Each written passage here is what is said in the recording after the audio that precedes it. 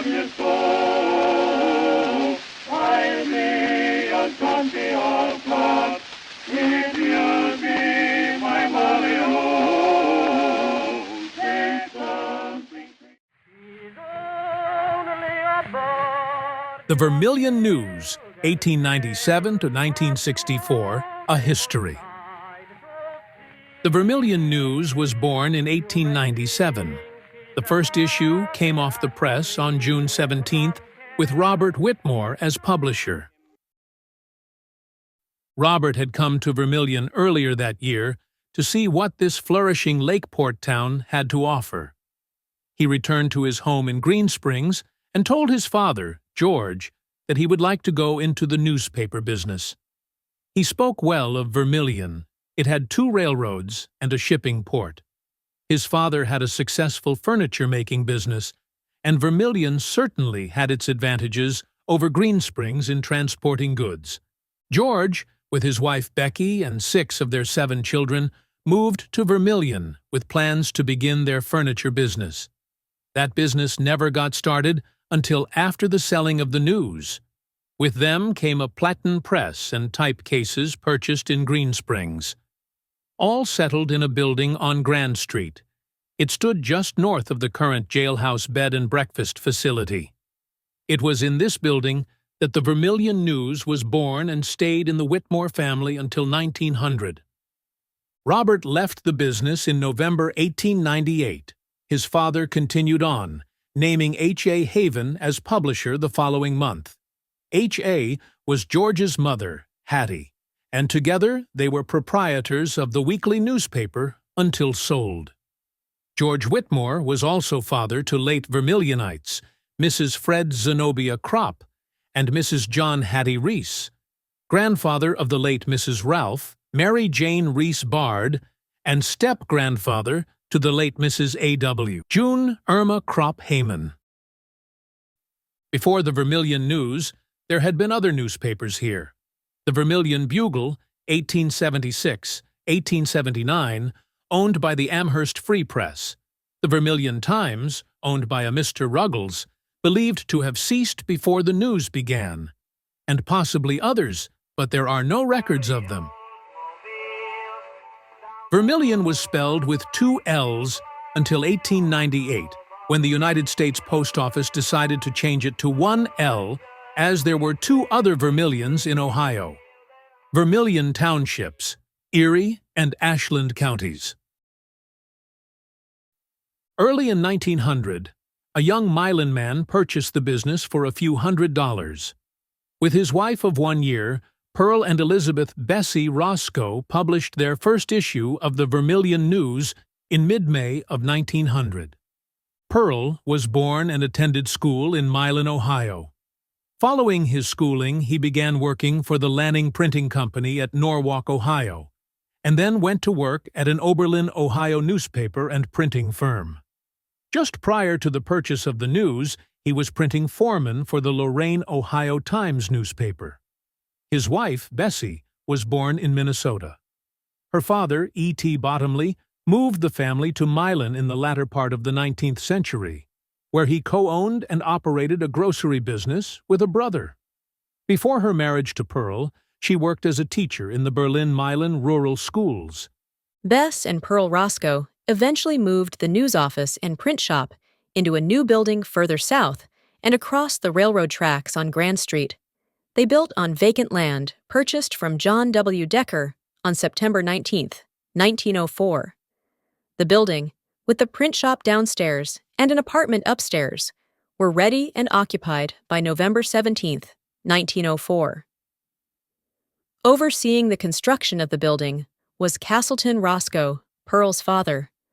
Pictured as what was the beautiful new home of the Vermilion News circa 1905, through the years the building has been renovated, added onto several times. This picture postcard advertisement precedes Star Wars and shows one the real force. Left to right, E.T. Bottomley, Hattie Thompson, Bessie Roscoe, Bertha Rice, and Pearl Roscoe.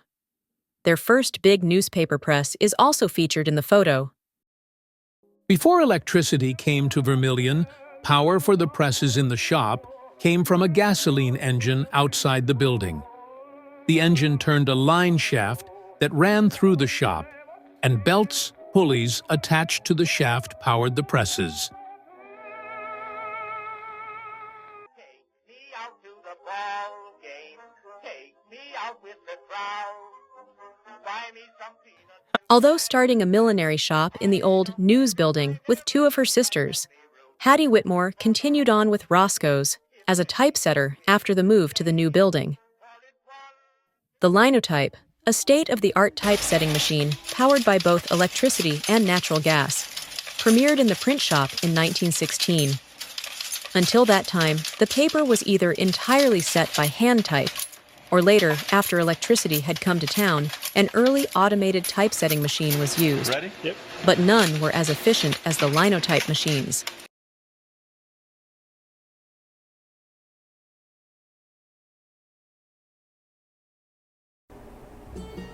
Hello everybody, this is just a preface to the story that you're about to see. I hope you'll like it. It's kind of interesting. It's about the Linotype at the Vermilion News.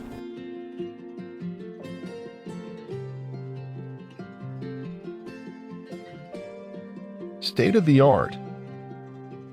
Most persons who hear or read my stories probably don't care how they get written, but I'm going to tell you anyway. I do all my writing with an Apple Macintosh iMac Pro computer. This baby can do virtually everything except cook breakfast. And that's actually not much of an exaggeration. It quite literally sings. It is state of the art. In 1915, my grandparents, Bessie and Pearl Roscoe, purchased a machine that would make their fast-growing printing business sing. It was called a Linotype. At the time, it too was a state-of-the-art device.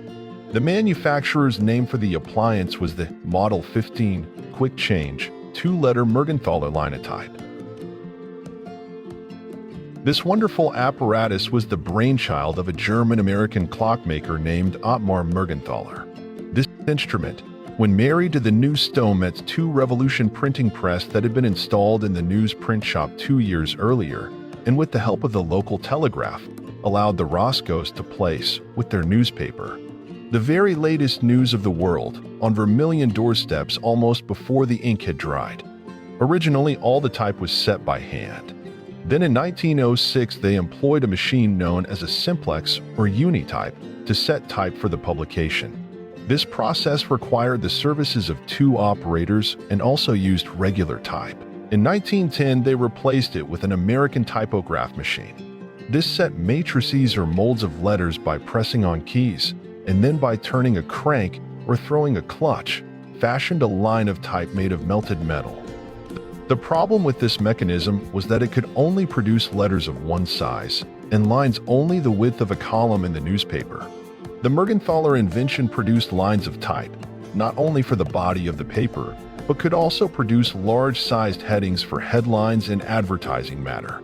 The quick change mentioned in the name refers to the operator's ability to change from one line size and/or type size to another in a short space of time. The implement also produced bold letter type in the same line and could make rules and borders. These seeming mundane capabilities made the printing of news, advertising, and job printing much more effective and efficient. With the Linotype, the lines were formed by the assembly of small brass matrices as an operator pressed keys similar to those on a typewriter. The lines were then sent forward to a casting mechanism by pressing a lever at the side of the keyboard. The lines were automatically spaced and cast into a line of type made of melted lead. The matrices were then returned to their proper channels and were ready to be used again. These mechanical marvels stand over 6 feet high and probably occupy an area of some 36 square feet. When the Roscoes purchased their first Linotype, there were about 33,000 of them in existence worldwide. They proved to be so valuable throughout the industry that they were actively used right up until the 1980s, when offset printing, closely followed by digital printing, made them obsolete. Now only a few of them exist and are mostly found in museum environments. My Macintosh iPro computer occupies an area of less than 3 square feet. It can do what the Mergenthaler Linotype once did. plus a number of other things, with lightning-fast speed, except cooked breakfast, of course. And it's also much more accurate.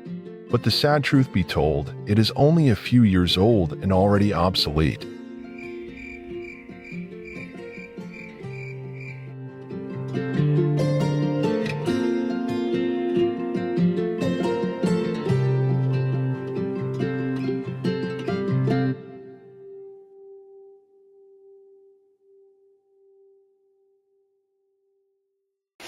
It was a state-of-the-art improvement. Business thrived. An addition was built onto the building. More printing equipment was purchased. A Stonemetz 2 Revolution newspaper press was also added in 1916. Besides a weekly newspaper, specialty printing was flourishing. Handbills, business cards, business forms, booklets and pamphlets, advertising posters, high school annuals, and later the school's newspapers, labels for the packing plant. Whatever was needed, they printed.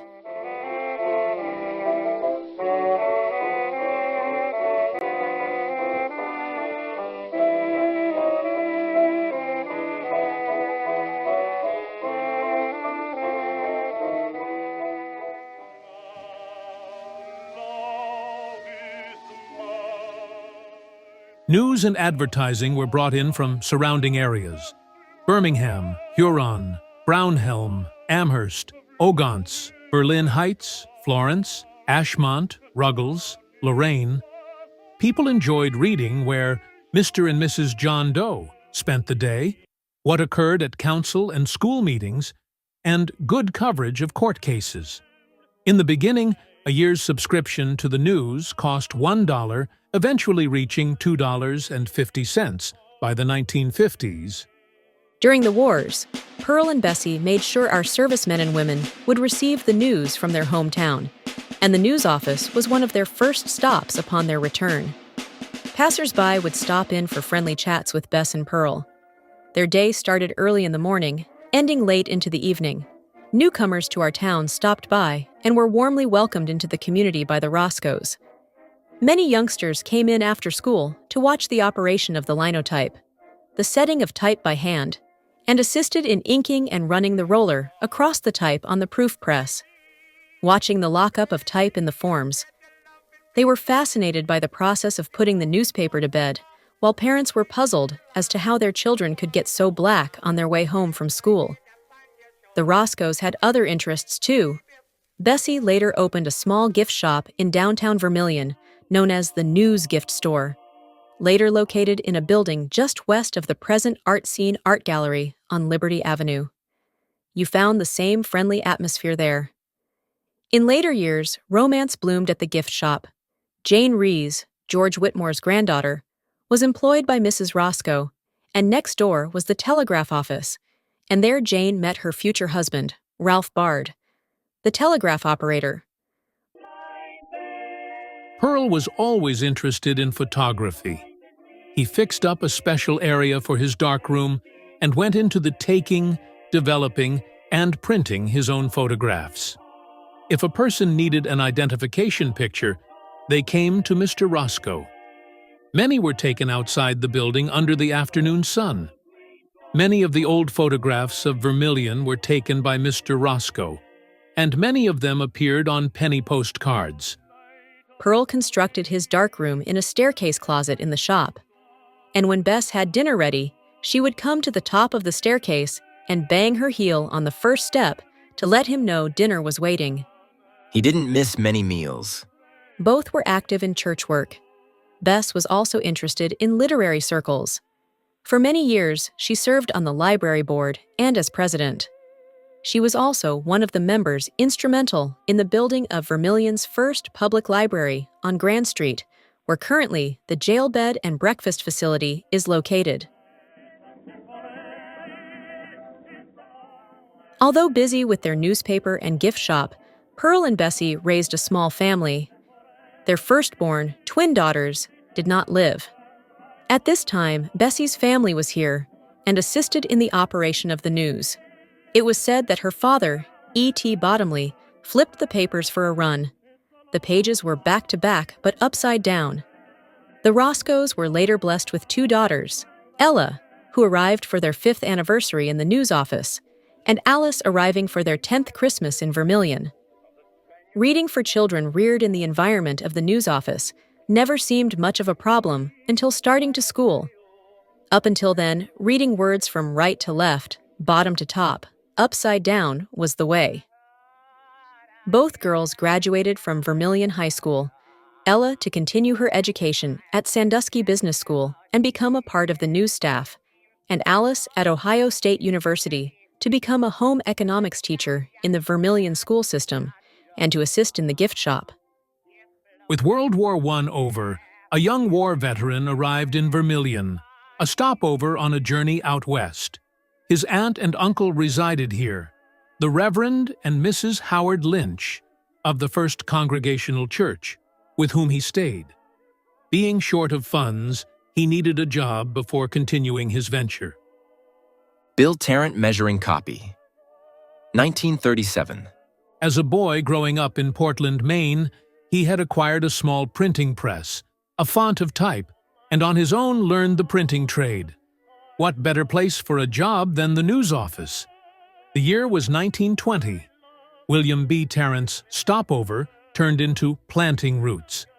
He was hired at the news office, courted and later married the boss's daughter, Ella, and raised a family of 4 boys and 4 girls: William Roscoe, Philip Frederick, Nancy Alice, named after her father's favorite horse, Albert Castleton, Pearl Elizabeth, nicknamed Ginny because the ginger color of her hair, Eleanor Lee, named after Bill's mother Ellen, Zella Joan Butch. The name Zella was also the Christian name of the Vermilion Congregational Church pastor's, Earl English's, wife, and then their youngest son, Richard Neal. Roscoe and Nancy Alice Tarrant Emery sharing a moment at the news desk. Both were active in local organizations, as well as attending meetings, gathering the news, as did the Roscoes.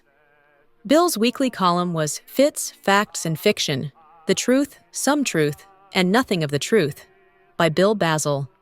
He helped found the local American Legion Post and became its first commander, was active in other veteran organizations and Masonic organizations.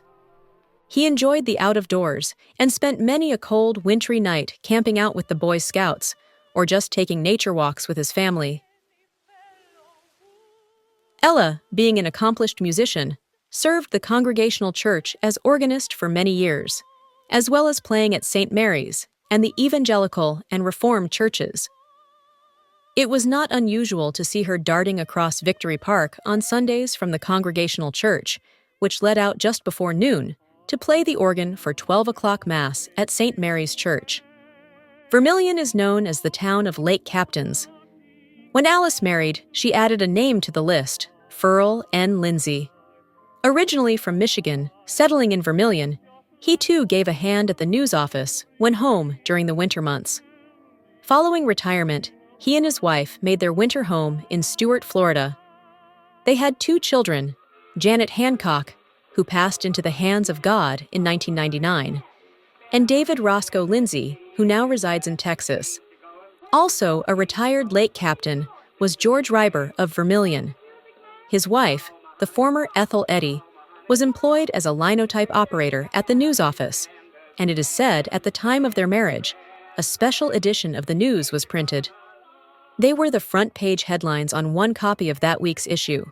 With Bill working at the news office and his wife helping out when needed, it was not unusual for the Tarrant children to be seen there, learning the trade. Young Albert would often set up shop behind the type cases, sitting on the floor at his desk, a crate used by the adults to sit on while setting hand type. He spent many a day busy at this little desk, and many a day he'd lay his head down, fast asleep. Grandma, or Grandpa, were always busy at their desk. Why not Albert? Then one day, when one of the typesetters should have been sitting on the crate, she was bent over a type case when young Philip decided to take a chunk out of her. Daddy warmed his seat. Each of the Tarrant children had their turn at delivering the news to customers in downtown Vermilion and neighboring homes. At the end of publication day, when all the work was done and the papers were ready for mailing, the children piled into the car for their weekly trip to the train depot to drop off the mail bags. It was a thrill to see the train whisk away the bags full of the news to go to various parts of the country and our world. Pearl and Bessie remained in the newspaper business until their deaths. Bessie died on January 7, 1946, after an illness of several months, and Pearl died on April 18th of the same year. He was working, as usual, one evening with Bill when he became ill, passing away the following day. Their passings were a great loss to the community. It was then that Bill and Ella took over the operation of the news office, Alice and Furl, the gift shop. The store was later sold to Mrs. Eva Wagner. The Tarrants remained in the business with several of their children joining the operation later. Young Bill was the first to join. He learned typesetting, but mainly operated the presses, the hand-fed jobbers, and automatic presses. It was amazing to watch him operate the big flatbed press. How he could stand there hand-feeding newsprint into the press and read a good Western novel at the same time.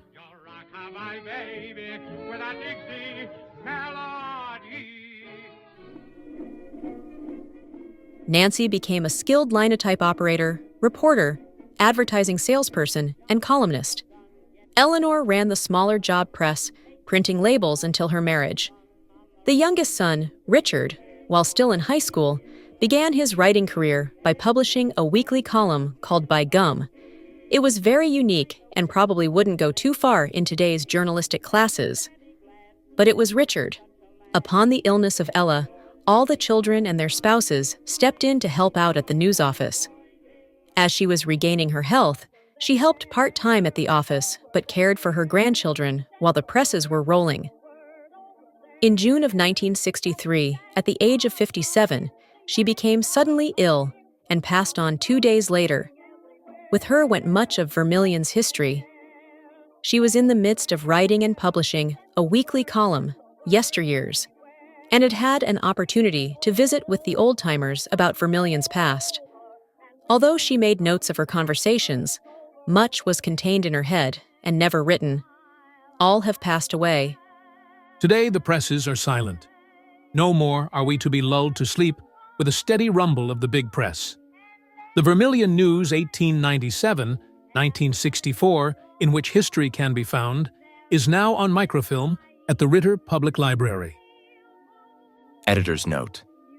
This dialogue was written by Nancy Alice Tarrant Emery prior to the death of William Basil Tarrant on May 28, 1986 at the Ohio Veterans Home, Sandusky, Erie County, Ohio. Excerpts of this dialogue were printed in Vermilion's souvenir booklet in 1987 commemorating Vermilion's 150th anniversary. The text and dialogue was edited by her brother Richard Neal Tarrant in February 2000, March 27, 2003, and August 17, 2024. He did eventually learn how to read and write with some accuracy, but the personality thing, that's another matter. Want me to thumb my nose?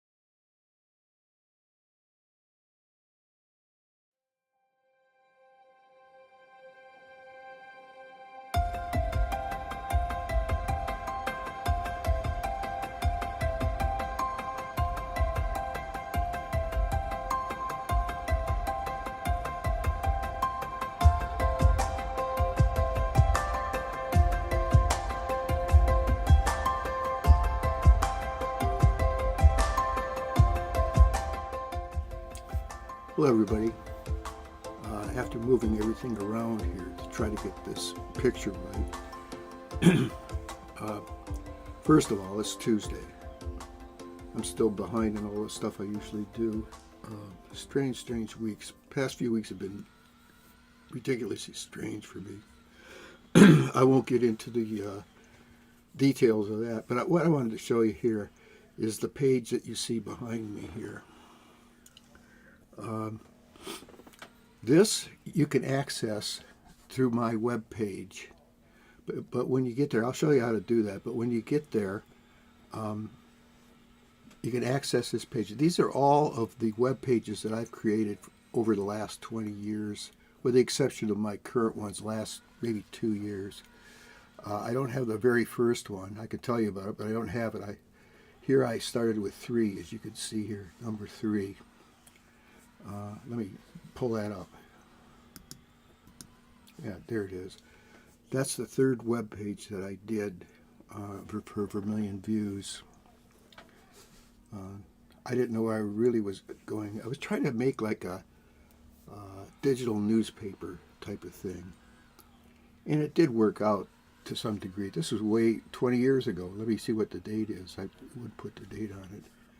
This is April 12th, 2003. One of my first web pages.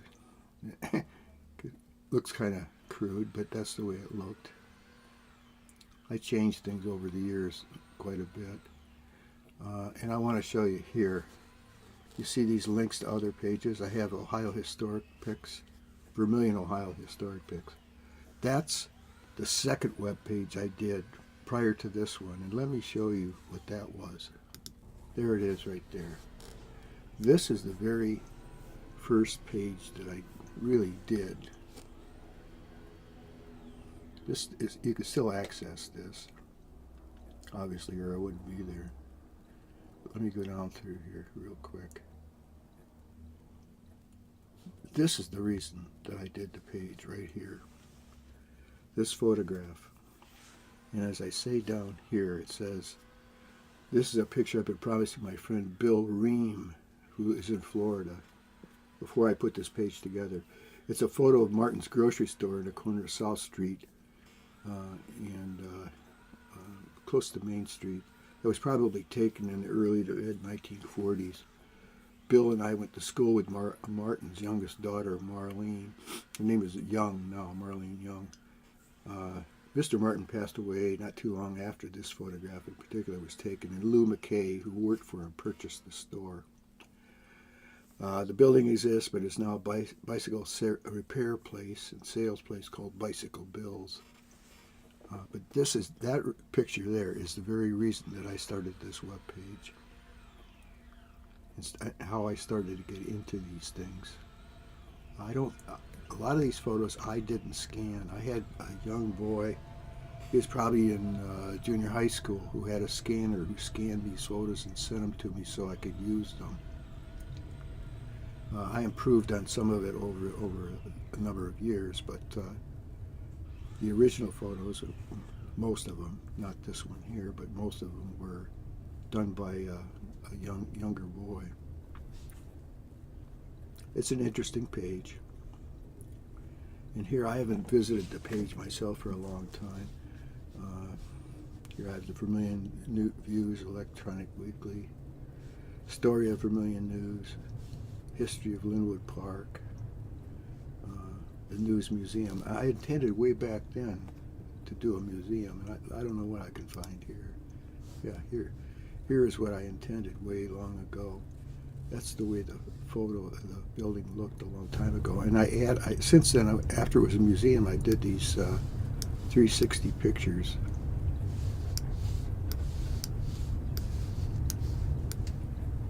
Of the museum. They're pretty cool. It doesn't look exactly like this today, but it's pretty close. Let me see. No, I can't get too close to it. Okay. Early picture of the press, typewriter.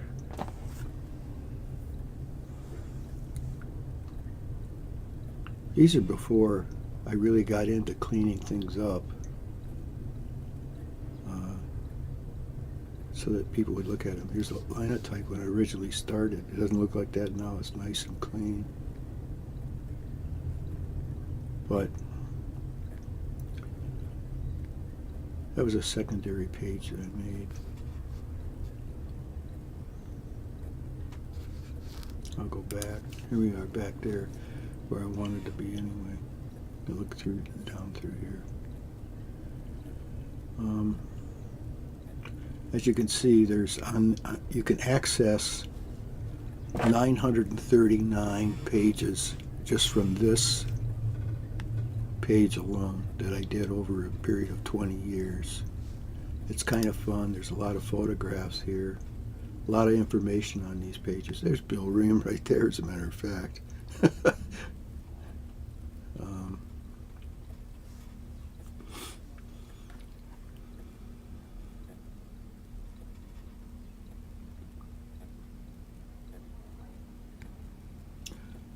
This is a neat book. I do have this book by Brenda Baumhart, but this is Charlie Baumhart's daughter wrote this book. It's very interesting.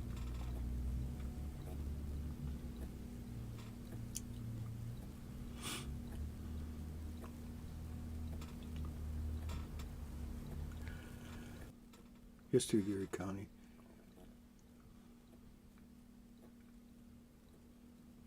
Tobermory. Wakefield's boat.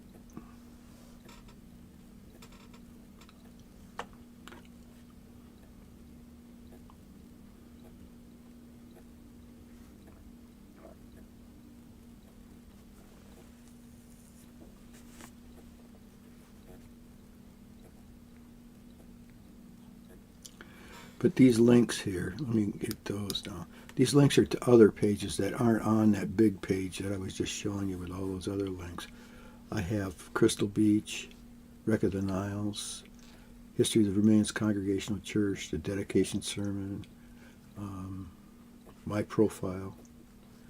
Here's an interesting one, Vermilion biographies. Let me click on that.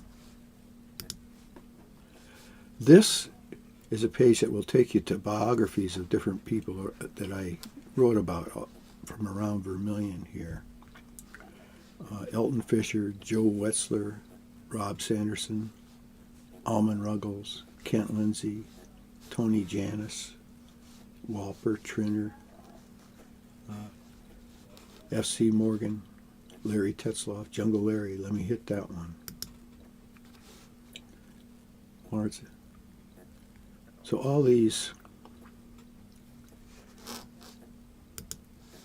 bios on. There's F.C. Morgan. Over here. Charlotte Austin.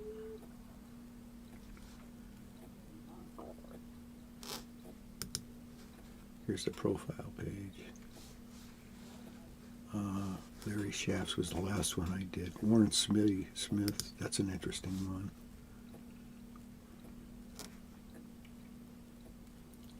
But in any case, all these are on this. You can access these pages the way I showed you there. I'll show you a different way. Let me think here. Let me move over here and go to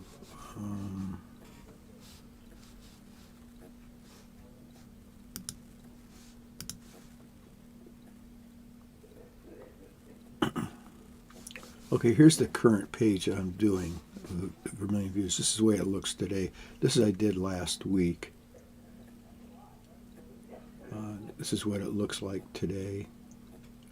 It's probably not as interesting as all those other things, but I put things like the videos are on here. But here's where you can access all those pages.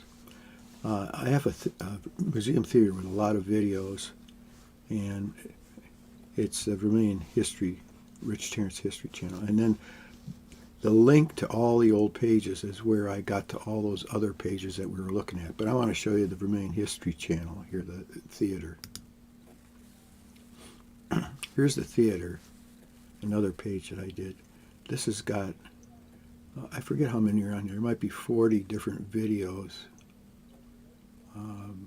George Phillips, not all videos either. This is a audio of Nettie Welch. Let me click on it and see what happens.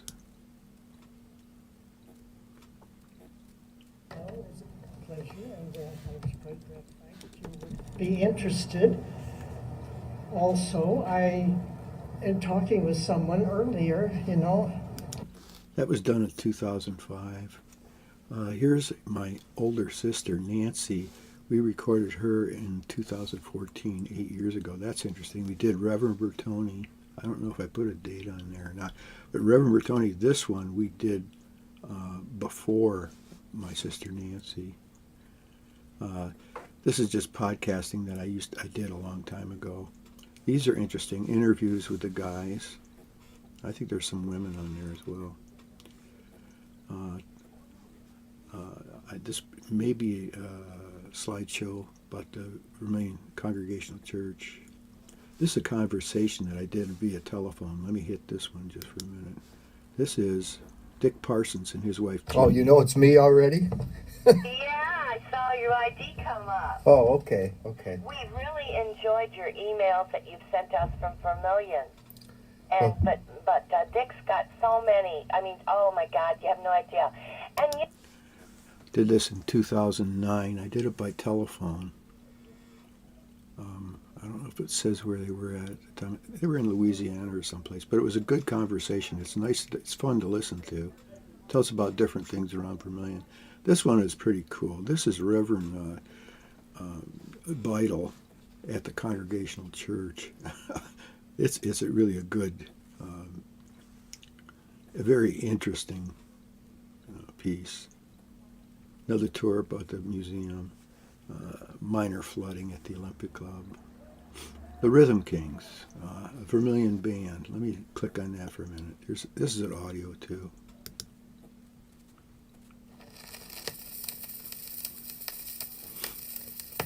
Well, you can rock once, and you can rock twice. But all the hip cats rock all through the night at the rock and roll dance. Yeah, the rock and roll dance. Well, the girls are doing pop while the guys do the slob at the rock and roll dance. Bob Fackler and Jimmy Fisher. Fackler is the singer.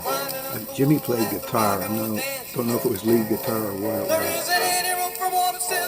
But it's pretty cool.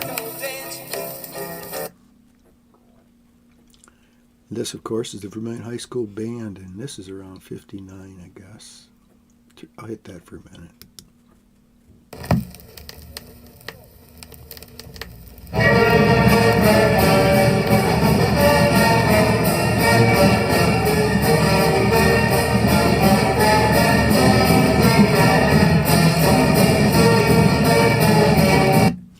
This is, my sister is in this, and I think I have a cousin who's in that band as well.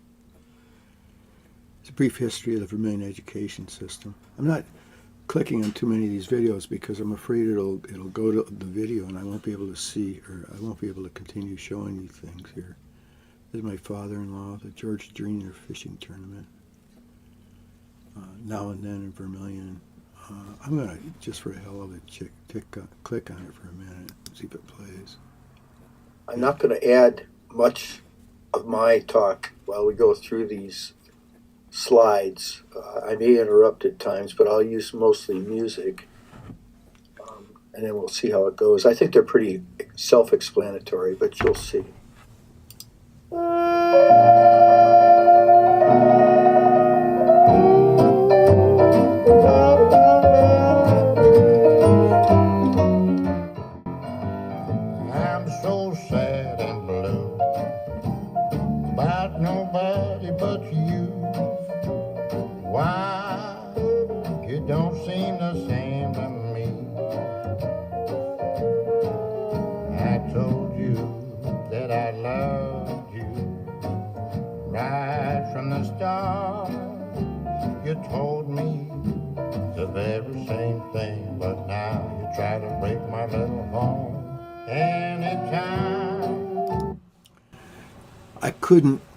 I can't use music like that if I put it on YouTube because it's copyrighted music, but I can get away with it here. I'm not trying to sell anything, so it doesn't, I'm really not hurting anybody. At least I hope I'm not hurting anybody by doing that.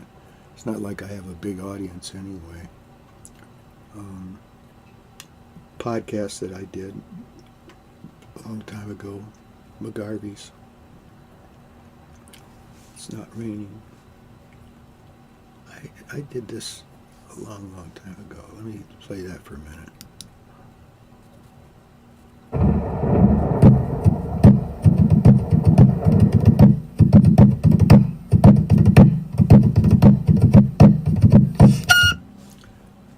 It was from the front porch of our home down at the Olympic Club. This one I use. I'm still going to use this. I'm going to use this at the Chapel Creek Assisted Living Home in April. I think I have an appointment to put on a show for them, and I'm going to use this. I didn't put this all together. This was done by with the help of Glenn Kutcher started it, and then his mom got sick, so I finished it. But it's really very, very, very interesting. Let me go back here. I'll just hit it for a minute. Everybody remembers this flood, I think. It is known as the Ohio Fireworks Derecho of 1969, a line of severe storms so massive, hundreds of miles long, that it affected every city and county from Toledo to Conneaut, south to the Ohio River. There's interviews here by different Vermilion people. Here's Marlene, I think, yeah. And then I'm sure on this one that I haven't seen that there has pictures of the campers and boats smashing into the bridge. Here's Margaret. My aunt's Ruth house had only a little water in the basement. My mom called the Army Corps of Engineers to report that a portion of the West Pier had washed away. Each goes south. Northridge Road was closed at Mill Hollow. Route 113 and Route 20 were closed, so there was no... My wife. And I remember it raining and you could hear the thunder and it was lightning. And gradually, as you looked out the window, People's memories of that flood. It's an interesting video. It's always on here, so if you want to look at it, it's there. Some of the ways I work, dictating using the Dragon speech. I don't use Dragon anymore. I use Microsoft to do that. Here's one placing copy on the web page. Here's an old video at the Olympic Club.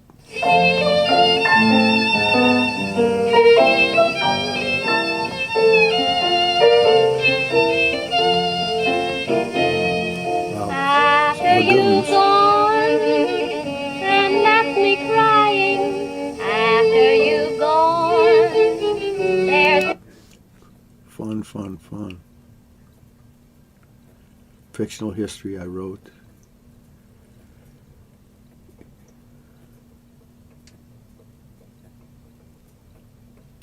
This is one I did about the drugstores in Vermilion. Is a tour that I took people on through the museum. A little bit about this photograph here. Glass scans. Before I get started here, I just want to mention that this video that you're about to see, I did maybe 7 or 8 years ago. It's an interesting video. It shows me scanning glass slides. I found a different technique, which I'll show some other time. But until then, this was a way that I used originally.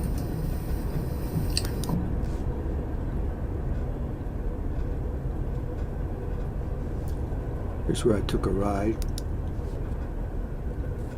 This is kind of neat. I did this a long time ago. I had this little camera. I never used it. I really didn't use it much after this. But it turned out pretty good.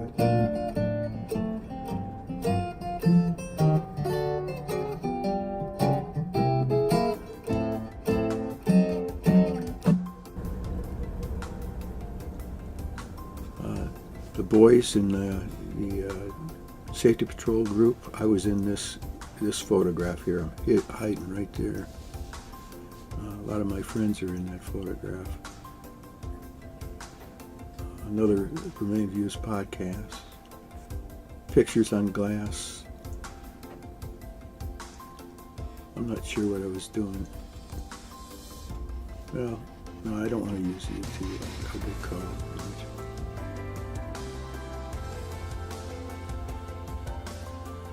But all this stuff is there for everyone to use and to take a good look at. They're kind of fun videos. Like I say, there's probably about 40 at least. Let's see what this is. This is the tornado. This is, I hope I don't wreck this, but let me try this for a minute.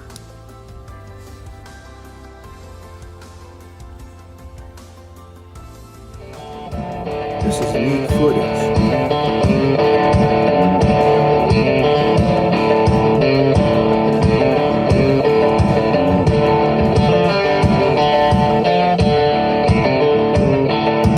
I got that from my cousin down in Texas. He had this, and I'm glad he did. That's really interesting footage.